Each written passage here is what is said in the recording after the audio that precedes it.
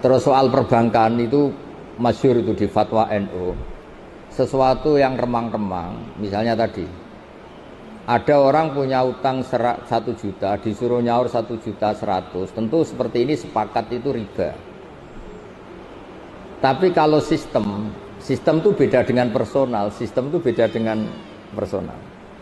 Memang kita tidak boleh bilang langsung halal karena bisa saja lebih dekat ke definisi apa riba. Tapi ya jangan langsung bilang haram, jangan-jangan tadi seperti kata beliau memang itu kebutuhan. Kebutuhan gini, sekarang investor itu bisa nggak utang tanggane 1 miliar untuk investasi? Tidak bisa kan, yang menyediakan itu kan pasti utang tonggo kan paling weteng loro untuk obat. Utang modal itu kan. Nah tidak apa-apa, hukum nggak jelas itu nggak apa-apa. Kalau nggak harus nggak jelas ya sebaiknya nggak jelas.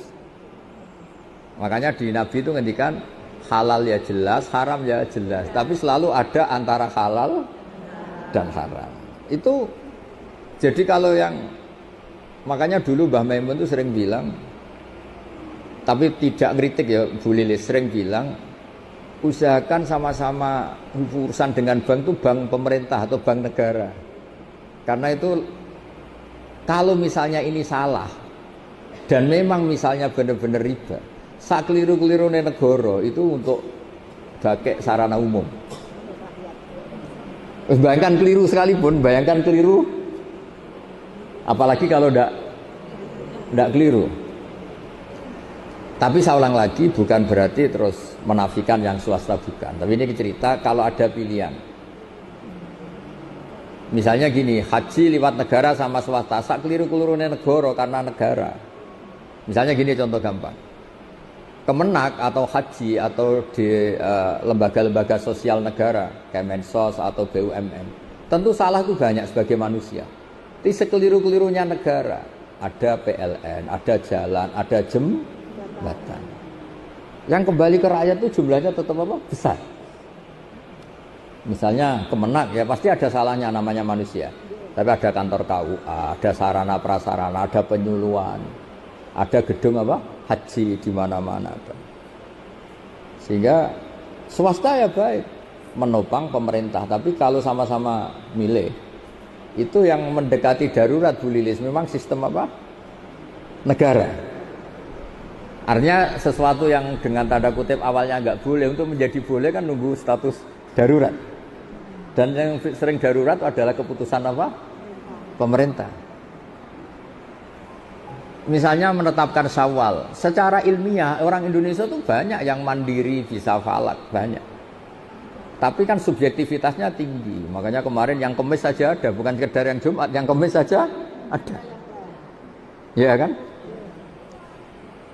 Nah, ikut pemerintah itu menjadi lebih baik, tapi tidak harus juga di bab Syawal. Pemerintah sendiri kan membolehkan beda. Pemerintah sendiri membolehkan apa?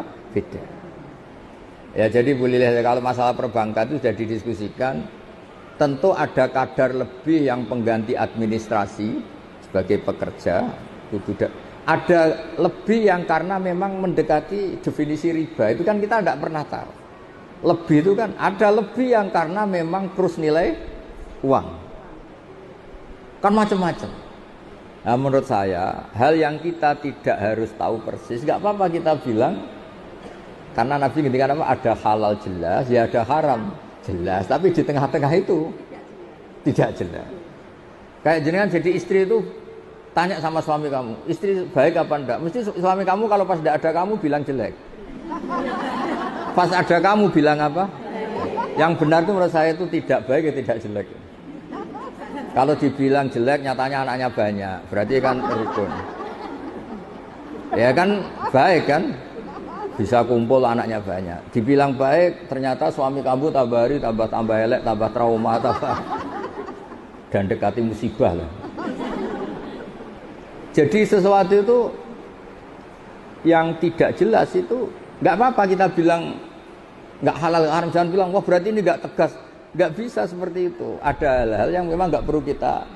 Misalnya ibu-ibu gini secara fikih, gimana hukumnya ibu-ibu muslimat yang masih cantik datang ke pengajian? Sama lihat di kitab-kitab fikih itu diharamkan selagi mungkin bisa tanya sama suaminya atau kiai setempat yang nggak perlu keluar ke arisalah. Tapi misalnya itu dipraktekkan, mana ada?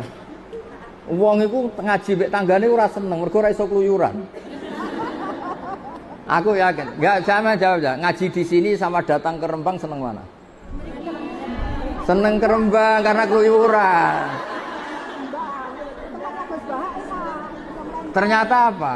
Wisata religi itu ada wali orang Tuban, kan ada walinya Sunan Bonang. Tapi ya seneng saja kalau ziarah ke Syarif Hidayatullah, kan ada keluyurannya. Kalau dia seneng wali kan cukup wali tetangganya kan bisa.